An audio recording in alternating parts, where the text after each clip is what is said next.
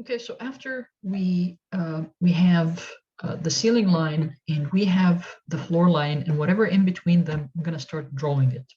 So I know, for example, that my drawer unit is next to the range or the oven, and the thing that I want to start is where the toe kick is. So I want to go with line. Okay, so I can use the line command, and then I'm gonna just hover over and then go upward, right, with the right measurement. So for example, I know that the distance for the toe kick is 110 as I measured it from my from my elevation. And then I'm going to go to line, all right, and create the toe kick depending on the line that is coming from the cabinet. So the first line coming from the cabinet is this one, okay, which is this. So I'm just going to hover, and then I can turn off object snap. Just keep ortho on, because ortho means that you're going to actually go upward in 0-degree angles. All right, and then I'm going to type 110, enter, and then I'm going to create the toe kick. So right after you create the vertical lines, now you start to take the horizontal values that you took for the elevation. And the horizontal values are dependent on, for example, the toe kick value. Then after that, you want to measure the, I don't know how high this is, again, how high your countertop. Your countertop should be almost 914, okay? And I think 914 is about 3 feet, if I'm not mistaken. So that's the right height for the cabinet, again, with the countertop thickness. So if I do that and I took to 914, so all I have to do to make sure that I put a line for the countertop is that I'm going to hover over here, okay, and then go upward 900. Enter, and then take a horizontal line on that side, and this is my counter.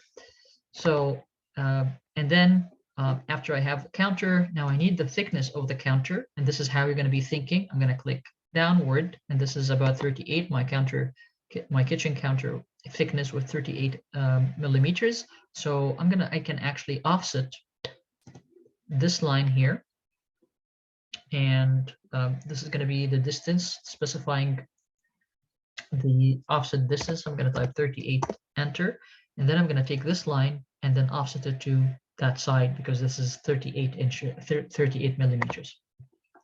So once you have all your cabinets drawn, okay, this is the second step that you're going to be doing, is that we need all the cabinets to be drawn at this stage.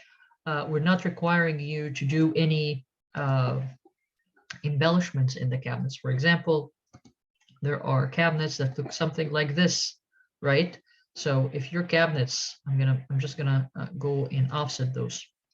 So I have trim or raised cabinet from the inside, or what, it's really depending on how your cabinets look like. So for example, maybe I have something like this.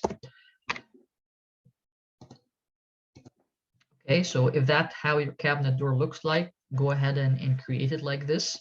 You just have to measure, as I said, that trim, or at least have an indication of what's that looking like. Also, some cabinets will look something like that. So I'm just going to go from here and here, and let me just offset this to the middle. Also, maybe I'm offsetting this about 100. Something like this, and then you might have the corner as well connected to. So we can mirror this on the side, and we can mirror that on this side. Right, so it really depends on how detailed you want to be.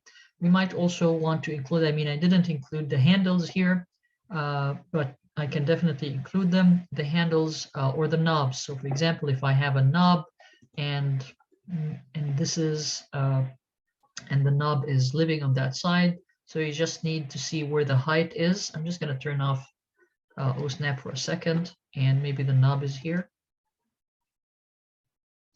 Okay, and then maybe you can move it if you want to. Okay, so you're gonna create a knob for the cabinet, or you can create a handle. And the handle, maybe we have a chamfered handle. So I'm just gonna go on the rectangle, click on chamfer or fillet. Maybe fillet is the one. Okay, and the radius for this is going to be, let's say, maybe I have 5 millimeter, because this is a small handle. So I'm going to click enter. All right, and I'm going to specify first corner. Maybe the first corner is something like this. So maybe this is the handle right there. Okay, now if you have 2 cabinets that are exactly the same, right, all you have to do is just go to mirror, highlight the cabinet, right click, and using mirror command, and then go to the OSNAP, make sure that you're snapping here. So this is where you're placing the first axes. Click up and then click once and then click up. Wait, no. So if this was how your kitchen looking like, sometime you might not have those at all. Sometimes you have the cabinets totally flushed. Right? So it really depends. So you might not have this, you might have this, or the other way around. Try as much as possible to be detailed in how the cabinets look like, because this is something that might also be interesting to see if we move the floor plan or the elevation to SketchUp. Maybe we're going to touch on this for the class for your coming studios. So being detailed is something that is important on the elevation level. Now, after making sure, another thing that we need to make sure of is that where the window is placed. Okay, so I know that the window is here because it is exactly positioned where the sink is, and I have extended line to show where the window is going to be. But after that, you need to take the height. You need to make sure that you place the window in relation, or the height of the window properly in relation to the floor. So you took the window height, okay, where the window frame is beginning, and then after that, the window height itself, okay, where the frame and the glazing end. So this is the second thing that you should be thinking of. The cabinet heights and the cabinet spaces and the space between the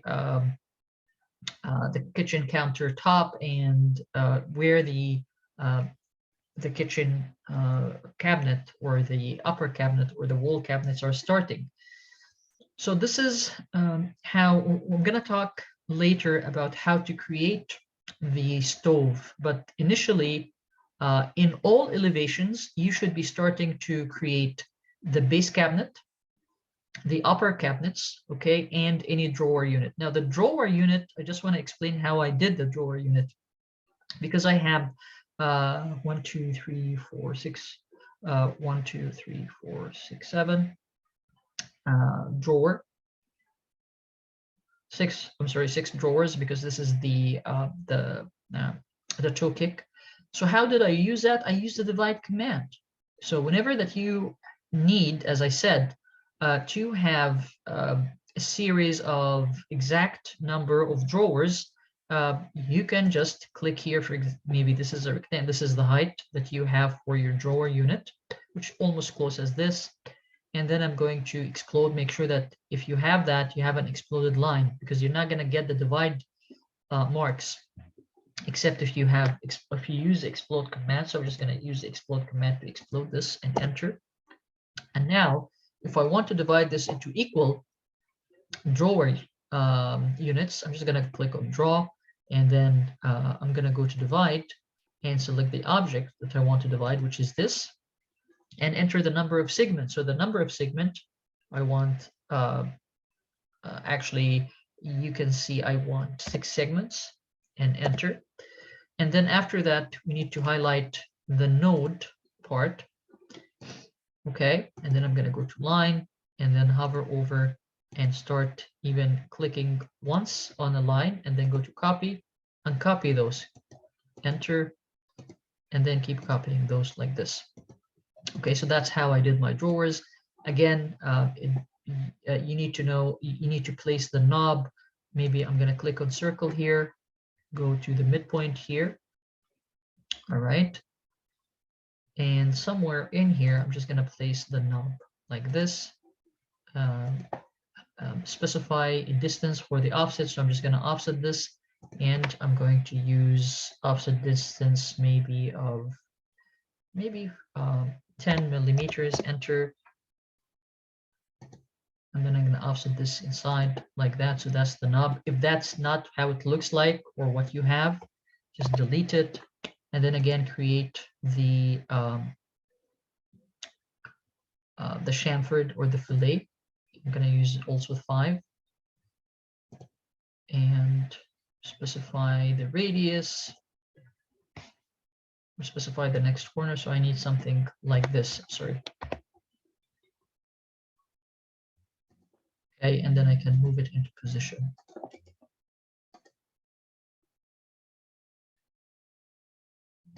Okay, so how your kitchen looks like and all of those details, and where you add. Now, another thing I want to talk about is that how those lines are created. Now, this is from the upper view, from the floor plan. I know that this is a cabinet, but the cabinet here, okay, which is the cabinet that is next to the sink, does have a drawer unit, and it does have 2 small cabinet lines. Now, how to tell where the cabinets are opening? Of course, the side where I'm going to place the knob, that is going to tell me. But sometimes in other, kitchen drawing for elevations, if I'm not going to be that much detailed, all I have to do is to place a line showing the opening. Okay, so if it opens this way, now the line is going to look like this. If it opens the other way, is going to be looking like that. The dashed line that we have, I mean, if I click here, you can see that the dashed line that I have is actually selected, which is CAD ISO 03W100. And once you put in that dashed line or create a line here, right click and then go to properties. Now the dashed line that I have here, okay, I gave it a 2 size. So the line type size is 2, because if I take a look at 1, that's how it's going to look like. That's not bad, by the way. I just wanted it to be enlarged, but you can change the property from here to and enter, and it's going to look something like this. So it's up to you if you want it 1 or 2. And then after you finish this part, I'm going to be talking about how to add the fridge and how to add the stove. Okay, so and also how to add the hood if you have a hood. But the main parts are putting in the heights and dividing the cabinets into the proper cabinet sizes, and of course adding the height for the toe kick, adding the height for the kitchen countertop, and any other small detail that you do necessary.